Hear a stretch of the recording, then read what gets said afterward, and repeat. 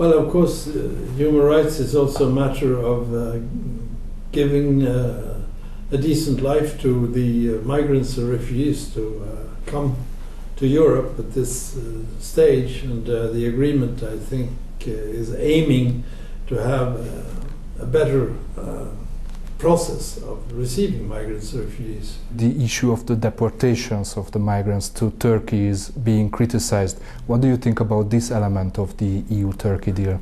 What is important is, of course, that you always have an individual assessment, and that you make sure that people who are returning to, in this case, Turkey, will not be requested to go back into Syria.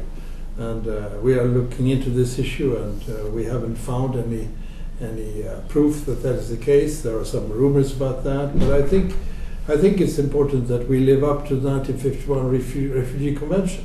We also need to talk about the root causes of the migration pressure. Do you think that a viable solution to end the Syria war might come in the near future?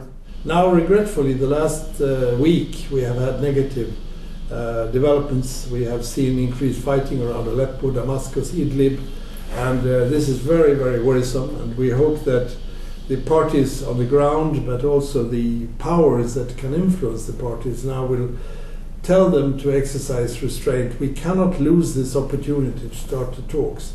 We have had weeks of talks. We will now enter this more serious phase of the talks, and we hope very much that we will be able to consider this path of finding a political solution. Going back to war would be a complete disaster. I was asking myself, can it get worse than it already is? And it can indeed. And we must stop this negative trend.